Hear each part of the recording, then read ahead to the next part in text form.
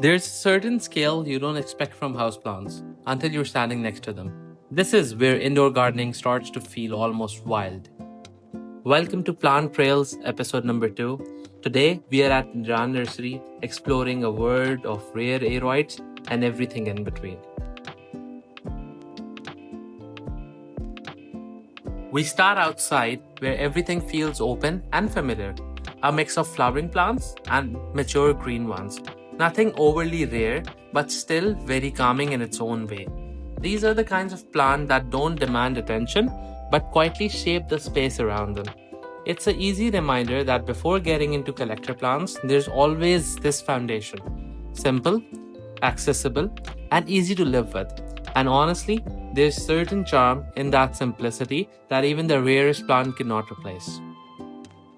Out here, the space feels open and unstructured, almost effortless. The plants aren't competing for attention, they just exist as part of the environment.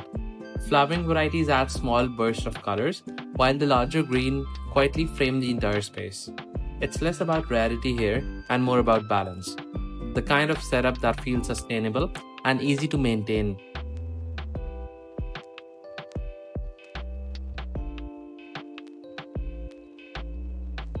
As we move towards indoors, the environment shifts almost instantly.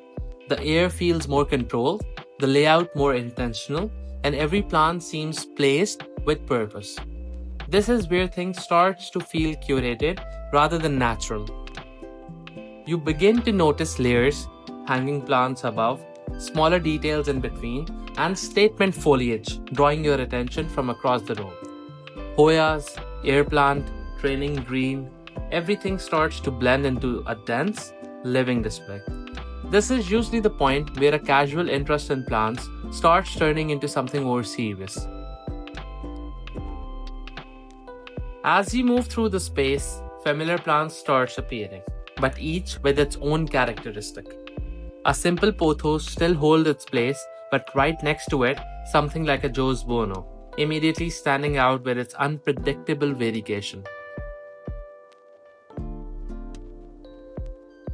Pothos, simple, reliable, and always growing.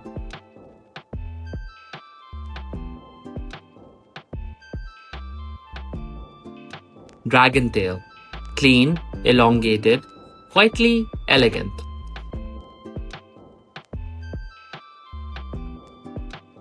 Then something more striking, Joe's Bono, unpredictable variegation, no two leaves are the same. Stenolobum, sharp foliage that instantly stand out. Philodendron Orange Princess, a subtle mix of green with warm undertones. Syngoniums, versatile, fast-growing, and very hard to ignore. Peace Lily, minimal efforts, maximum present. And then Anthuriums, velvet textures, defined veins, almost unreal. Monstera aurea, a plant that speaks for itself.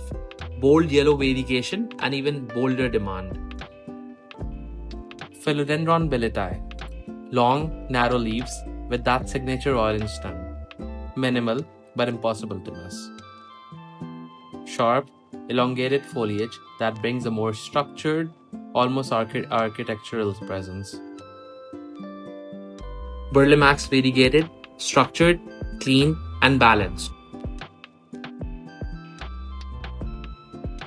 Variegation that feels almost painted on, with every leaf carrying a different balance of green and yellow.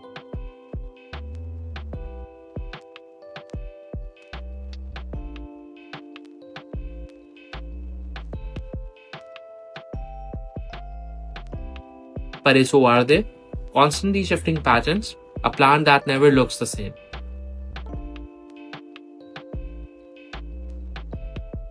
And of course, Pink Princess, still one of the most recognizable collector plants. Some plants you simply admire, and then there are plants that slowly pull you into collecting.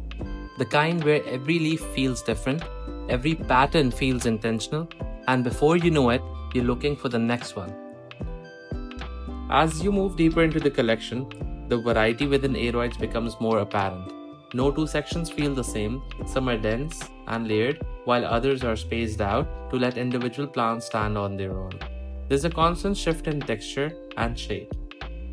Some plants demand attention, while others reveal their details the longer you look at them. What stands out most is how unpredictable everything feels. This visit is less about a nursery and more about exploring that space between appreciation and obsession. As you move further, the focus slowly shifts towards hoyas, and the entire mood changes. The leaves are thicker, more waxy, and the growth pattern feels slower, almost deliberate. These aren't plants that demand quick attention, they reward patience. Some trail down naturally, others climb and spread over time, but all of them carry a certain consistency in texture while still being visually distinct. Even without knowing specific names, you can tell each one has its own identity. It's interesting how preference starts to divide here. Some people lean towards aroids for their bold foliage and faster growth, while others prefer hoyas for their structure and long-term reward. And standing in a section like this, it's easy to see why both sides exist. The transition into hoyas slows everything down. The leaves feel thicker, more deliberate, almost like they've been designed to last. There's less urgency here. The growth is slower, but that's the part of appeal. Trailing vines start to take over the rear vertical space, while others hold more compact shape. The texture stays consistent, but the subtle differences in leaf size, tone, and structure keeps things interesting. It's a quieter section compared to aroids, but it has its own depth. The kind that grows on you over time rather than making an instant impression.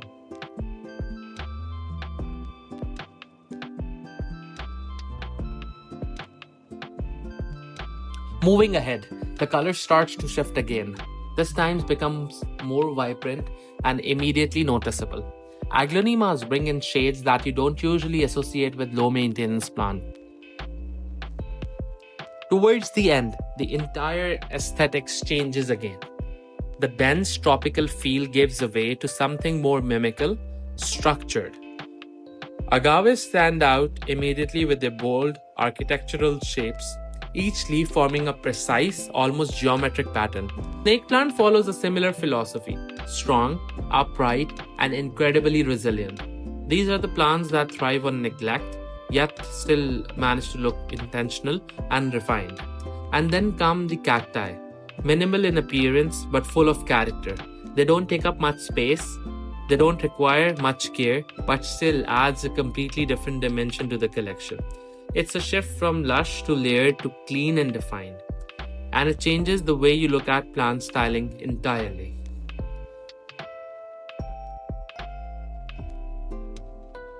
Sansevierias bring a completely different energy into the mix. Upright, structured, and incredibly precise in the way they grow. They almost feel architectural rather than the organic. There's a rhythm to their arrangements, repeating patterns, clean lines, and a sense of order that contrasts everything you've seen before. Despite their simplicity, each variation carries its own identity through subtle shifts in color and form. They're almost the most resilient plants here, requiring very little while still holding a visual presence.